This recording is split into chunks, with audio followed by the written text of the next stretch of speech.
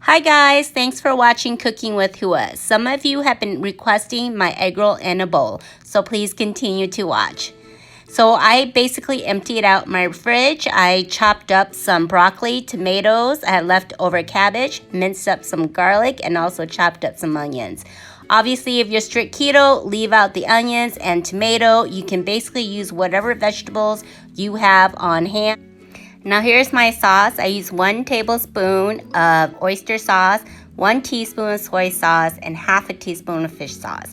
The oyster sauce is 3 carbs. Now I will allot myself for this sauce. And why, you ask me? Because I believe in flavor and I'm Asian and I want to keep keto sustainable for me. I will always allot for extra carbs for the sauce, so just make sure it fits your macros. And I'm going to garnish it with some cilantro and fresh squeeze a lemon. I am using ground beef as my choice of protein, but feel free to use whatever protein you would like.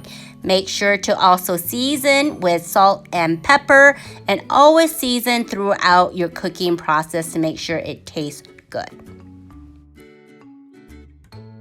Once I have the ground beef cooked about 3/4 way, I will add in the chopped onions and the garlic and mix it around until the ground beef is fully cooked. Now, once the meat is fully cooked, I suggest you to taste it to make sure you have seasoned it properly.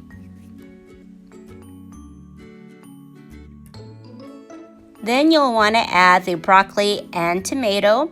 And I like my broccoli to still have a crunch, but I will just put a lid on it for about maybe 1 minute.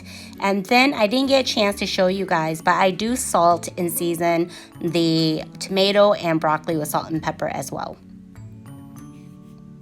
Once the 1 minute is over, I will open it up and add in the shredded cabbage. I'll cook the cabbage for about 1 minute.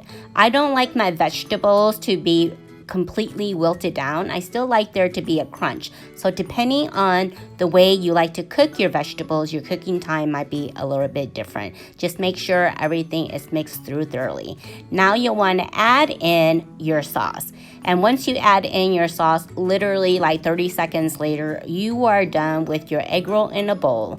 Just make sure that you top it off at the end with some cilantro, which is optional, and some lemon juice just to balance out all the flavors. Like I said, the cilantro is optional. If you don't like it, just don't add it in, and I topped it off with some sesame seed. I really hope you guys enjoyed my egg roll in a bowl. Please let me know what you would like me to cook for you next.